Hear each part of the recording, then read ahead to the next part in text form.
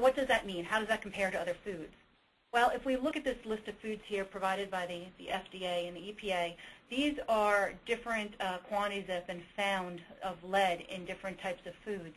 I've just highlighted a few of interest here. Wine, if you have that glass of wine, you're going to be getting about 0.8 micrograms a serving of lead.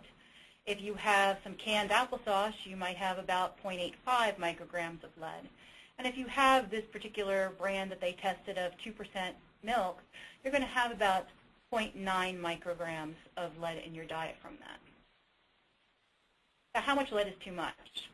Well, federal standards say tolerable total daily intake for adults is 75 micrograms a day. For pregnant women, it's about 25 micrograms a day. And then but for children, if they're over 7, it's 15 micrograms. And for children under 6, it's 6 micrograms. In California, there was Proposition 65, where they were trying to limit the total lead intake to under 50 micrograms total. And they were also trying to further limit that any one product could not have more than 0.5 micrograms a day. So what did we find with our gourmet salt? Well, in our 1 teaspoon daily serving, we found between 2.4 and 8.1 micrograms, which would have clearly violated the California Proposition 65 for an individual product. What conclusions do we find about our gourmet salt?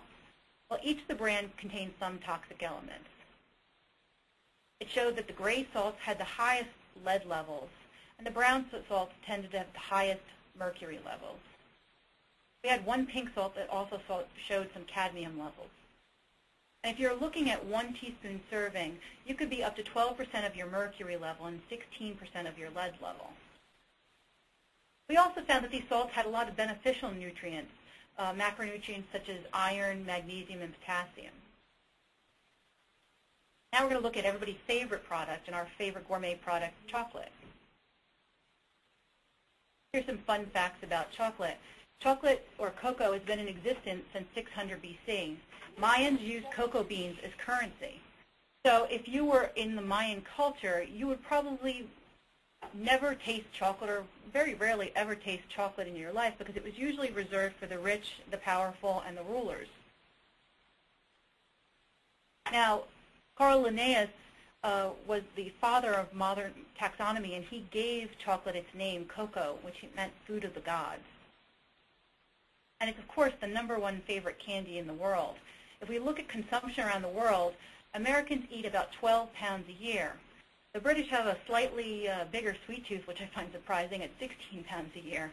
And then finally, the Swiss eat about 21 pounds a year of chocolate. In 2000, the chocolate industry reported sales of $8.6 billion in the United States.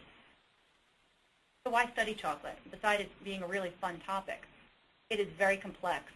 The chemistry and physics of chocolate is a complex science which whole courses are taught about.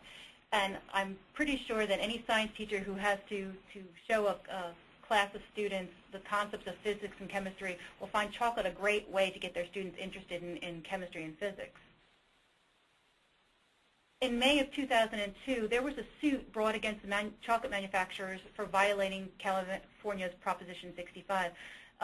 They claimed that their labels did not disclose chemicals that could cause cancer or birth defects like cadmium and lead. So what is the science of chocolate?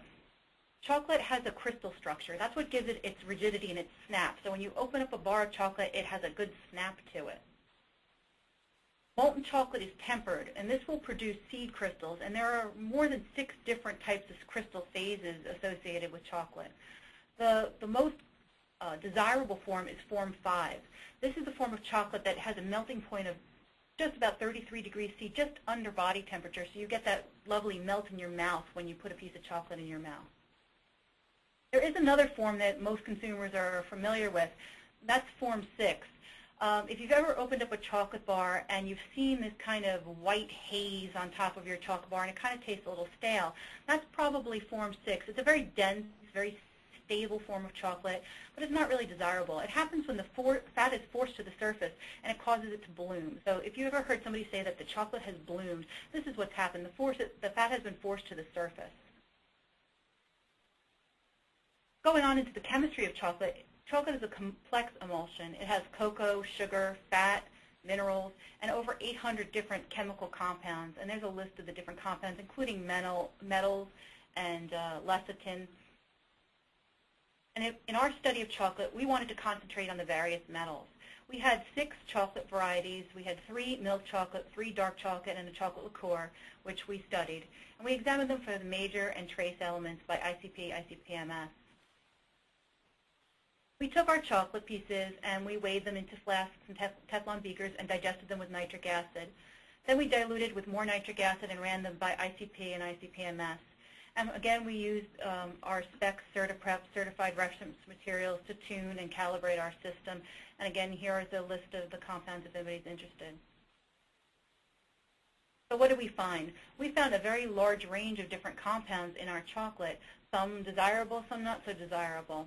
We have here magnesium. So chocolate is a very large source of magnesium here. We have 20,000 micrograms to 60,000 micrograms of magnesium in our chocolate. There's a large source of potassium and calcium. There's some iron in some of our samples. There's definitely phosphorus and sulfur and sodium. There's also a few things that are not so good for us.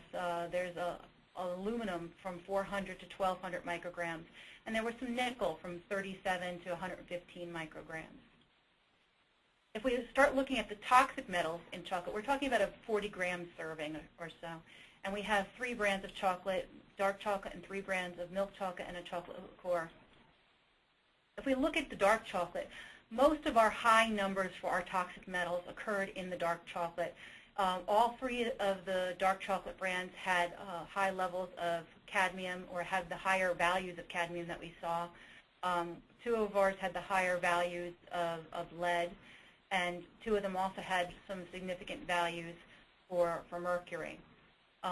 If we look at the milk chocolate, there are 1 or 2 standouts. There was actually the highest value of mercury was in this one particular milk chocolate brand, and one of the higher values of lead was in this one brand 5 of milk chocolate. If we look at the liqueur, though, all the values for all these toxic elements are some of the lowest that we saw. So how does this compare? Again, we bring back our allowable daily limits. And if we look at the cadmium level, we're allowed 55 micrograms, and we found between 1 and 5 micrograms in a 40-gram sample. So that means in that 40-gram sample, you'd be getting between 2 and 9% of your allowable daily limit of cadmium. For lead, again, we have between 0.8 and 3 micrograms, which would give you between 2 and 6% of your allowable daily limit. For arsenic, you fare a little bit better. Your allowable daily limit is 130 micrograms, and we saw between 0.3 and 1 microgram. So you would have between 0.2 and less than 1% of your allowable daily limit.